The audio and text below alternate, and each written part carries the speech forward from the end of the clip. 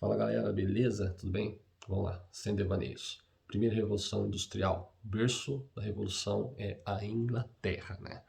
A Inglaterra que depois da Revolução Gloriosa, né, que deu fim à monarquia absolutista, né, passando a ser uma monarquia parlamentar, abriu os olhos para o mundo, começou a investir pesadamente no setor industrial, né, com as máquinas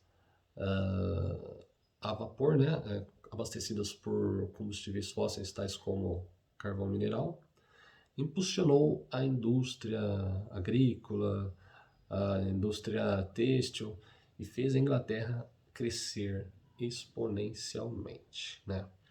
Alguns países que não adotaram tão cedo quanto a Inglaterra esse tipo de tecnologia, como Espanha e Portugal, que já foram as maiores potências, né, bem dizer, do mundo, porque foi eles que deram início às grandes navegações, né, esse sistema mercantilista aí. Só que eles só se valiam disso, né, foram deixando as indústrias de lado, talvez pelo um regime monárquico mais centralizado, mais cabeça dura, não abriu a mente para novos horizontes, né. Aí nisso a Inglaterra começou a dominar, velho. A Inglaterra começou a dominar. Segunda Revolução Industrial, já vamos falar sobre o surgimento da eletricidade, né, que acaba impulsionando mais ainda a indústria, né? O petróleo também é importante, né? Basicamente as máquinas agora passam a ser movidas a petróleo, né? O surgimento de carros, de caminhões, de trem. Então essa indústria automobilística começa a ferver, começa a esquentar, né? Tem até o lance do Henry Ford nessa época da segunda revolução industrial. Henry Ford vem com as linhas de montagem, né? Onde você passa agora a substituir aquele. Não existe mais aquele operário que ele participa do começo do processo de produção até o final, aquele cara que sabe de tudo do processo, né? Agora você passa a colocar um operário para cada função específica, né?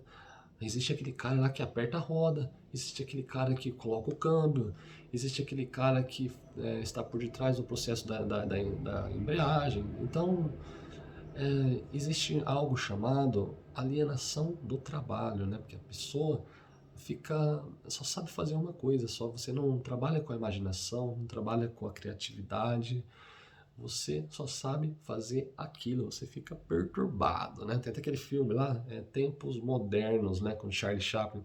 Você lembra que ele trabalha na fábrica lá? Não, faz tempo que eu assisti esse filme, mas me corrija se eu estiver errado, mas parece que depois que ele volta para casa da fábrica, ele volta fazendo uns movimentos repetitivos, assim, né? Isso é a famosa alienação do trabalho. Então, a segunda revolução industrial, basicamente, é isso, né?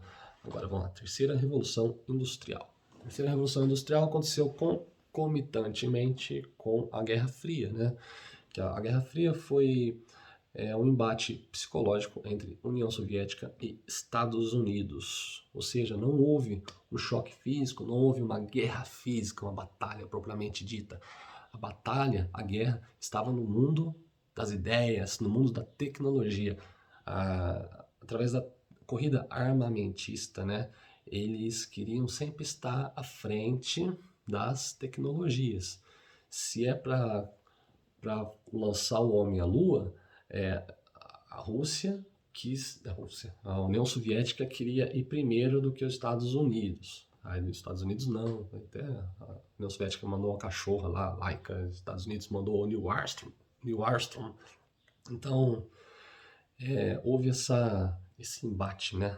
Esse embate no nível psicológico. E também várias tendências passam a fazer parte da terceira revolução industrial, como o surgimento dos computadores, né? Inclusive o primeiro computador chamado ENIAC, computador de 167 metros quadrados e 27 toneladas. Computador que ocupa o tamanho de uma casa, né? O tamanho de uma casa. E ele servia praticamente para fazer continhas, né? E falando anacronicamente, tipo, como hoje, parece que é uma coisa muito ultrapassada, mas para a época era um puta de um descobrimento, né? Aí passou a avançar mais rápido ainda. Cada computador que ia surgindo ia diminuindo de tamanho, aumentando a potência, de forma que depois começava a fazer trabalhos mais complexos, como resolver cálculos de criptografia e tem um MS-DOS também, o sistema começa a ficar mais complexo. Então, resumindo, terceira revolução industrial, redes e computadores e transição gradual do analógico para o digital, né? Lembrando, ocorreu concomitantemente com a Guerra Fria. Quarta revolução industrial. Se eu pudesse resumir em uma só palavra a quarta revolução industrial, eu falaria Matrix. Matrix. Matrix, vamos falar que é a união do homem com a máquina, né? Existe uma tecnologia chamada IOB, né? Intelligence of Body, né? Inteligência dos corpos, que ela é uma medicina voltada à implantação de dispositivos e tal no corpo do ser humano, a fim de identificar algumas doenças. Por exemplo, eu coloco um chip no seu pulmão e eu consigo monitorar a distância através da palma, aliás, através da tela do meu celular. Eu consigo ter um monitoramento do meu pulmão, falando se ele está legal, se tem chance de vir a ter um câncer e tal. Então é isso que essa tecnologia vem buscando, vem estudando. Algumas pessoas podem até achar estranho, nossa senhora, bem que a Bíblia falava negócio de chip, nossa, esse negócio é do capeta, né? Do capiroto, isso aí, coisa esquisita. Mas isso já existe, velho. Já parou para pensar sobre o marca-passo, né? Que é um dispositivo que você coloca no coração, no abdômen, que ele te lança uma onda eletromagnética que faz o coração de uma pessoa que tem problemas cardíacos a funcionar devidamente. Esse é o marca-passo. É a tecnologia salvando vidas. E também tem o lance de inteligência artificial, né? Que é uma programação que você faz a máquina aprender a trabalhar sozinha. A máquina aprender a trabalhar sozinha e aprender a trabalhar sozinha também. Olha que interessante, né? Substituição da máquina, né? Aliás, a substituição do ser humano pela máquina. Cada dia mais real, cada dia mais plausível de acontecer, né? E nesse lance de quarta revolução industrial,